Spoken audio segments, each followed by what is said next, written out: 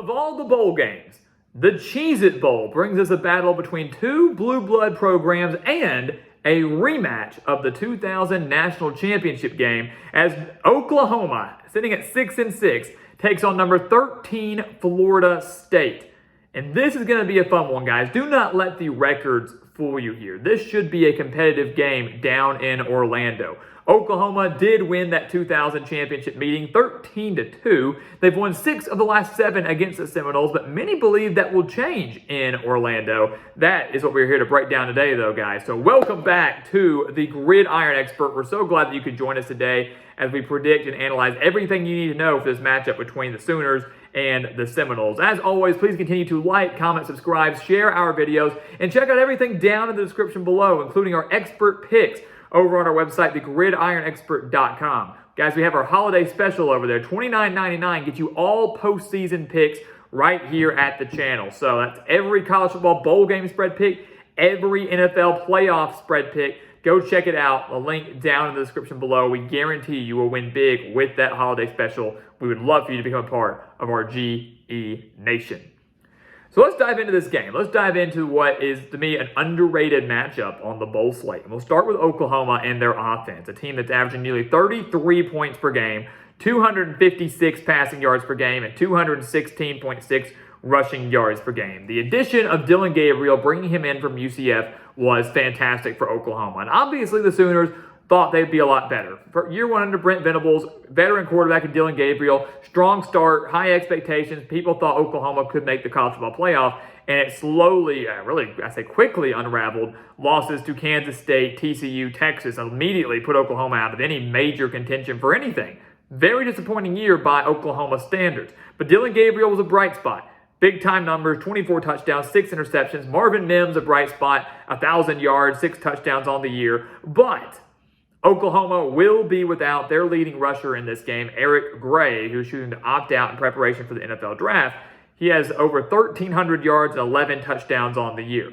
So you're missing a key part of this offense for Oklahoma, which at times was a pretty big bright spot for the Sooners this year. The second leading rusher is Javonte Barnes, 411 rushing yards and 4 touchdowns on the year. So he's going to have the majority of the weight on his shoulders on the ground game for Oklahoma. The Sooners will also be without one of their top wide receivers in Theo Weiss, 378 yards and 4 touchdowns on the year. He has already transferred to Missouri. But you look at the Sooners, guys, they scored at least 28 points in 8 games this season. They put up some big-time numbers. They are able to score a lot. They're able to score fast, and that's something that Florida State cannot take lightly. The Seminoles, though, are an offense that you can not take lightly either. Mike Norvell has done a phenomenal job rebuilding this Florida State program. We have seen a resurgence of them on both sides of the ball this season, but especially offensively. 36.2 points per game, 258 passing yards per game, 218 rushing yards per game, and it all starts with Jordan Travis. Over 2,700 passing yards, 22 touchdowns, just 4 interceptions. That's it. Takes great care of the football. 367 rushing yards, 7 touchdowns on the ground for him. You've got Trey Benson at running back, 965 yards, 9 touchdowns, averaging a whopping 6.8 yards per carry. And then you have Johnny Wilson leading a wide receiver core. He has 695 yards and 5 touchdowns. But the Seminoles move so fast. They're so explosive. 11 different players have at least 100 reception yards. And just add on top of the accolades,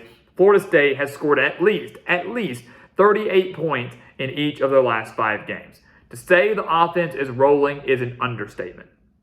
Florida State is firing on all cylinders offensively, and it's amazing to see what has happened in year 3 under Mike Norvell, putting up some big-time numbers and things finally starting to come together for Florida State. That can be said for their offense, and it certainly can also be said for their defense. The Seminoles, guys, are drastically improved on that side of the ball. 19.7 points per game. That's all they're allowing. 159 passing yards per game, 148 rushing yards per game. If I'm concerned of one part of Florida State's defense, it's the running defense. That's the only concern for me. But even then, you can slightly overlook that. Because before the Florida game, they allowed 38 points to Florida in their season finale. But before that, they allowed a combined 39 points. 39 points in 4 straight games combined. That's it. And then 38 to Florida. So their defense was firing on all cylinders. They were clicking. They were taking care of business. They've held 8 teams to under 24 points. 8 of their opponents to under 24 points. They have 34 sacks on the year. Oklahoma's given up 25. You can see the Seminoles create a lot of pressure on Dillon Gabriel. And if you get the Sooners behind the chains, they're going to be in for a rough time in Orlando. So Florida State, a very, very complete team. There's a reason they're 9-3. There's a reason they're 13th in the country. You take a look at Oklahoma and their defense. It is nowhere near that of the Seminoles. They are struggling.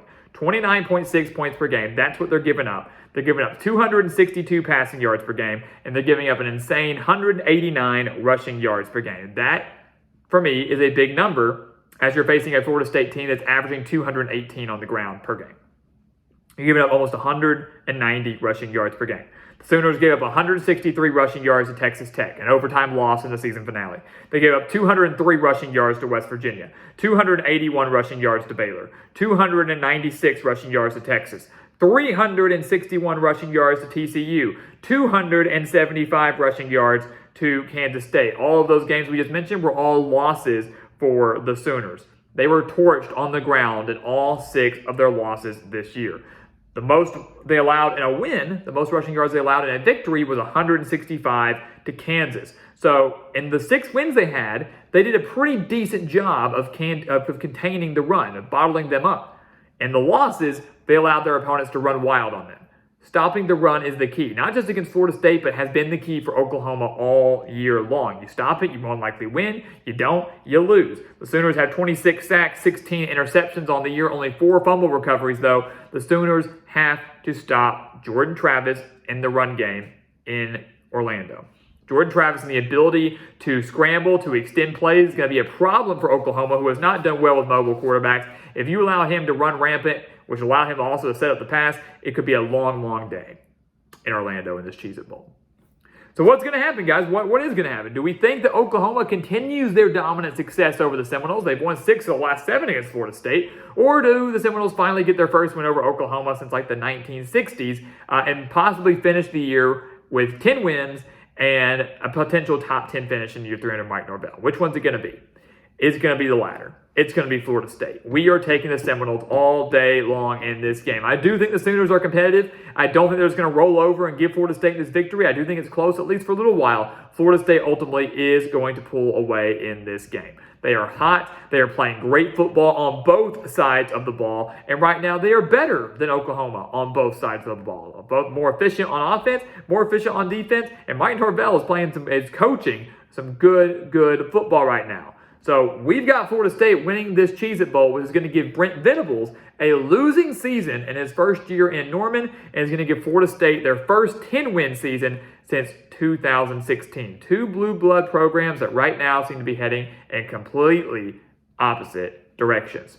So guys, as always, thank you so much for watching us here at the Gridiron Expert on YouTube. Make sure to continue to like, comment, subscribe, share our videos, and of course, check out everything down in the description below, including those expert picks over on our website, thegridironexpert.com. Again, we have our holiday special over there. $29.99 gets you every single postseason pick. Every college football bowl game, every NFL playoff game, all together for one low price and one spot. So go check it out. We guarantee you will win big with that. We'd love to have you as a part of our GE Nation. And once again, guys, as always, thank you so much for watching, and we will see you next time right here on the Gridiron Expert.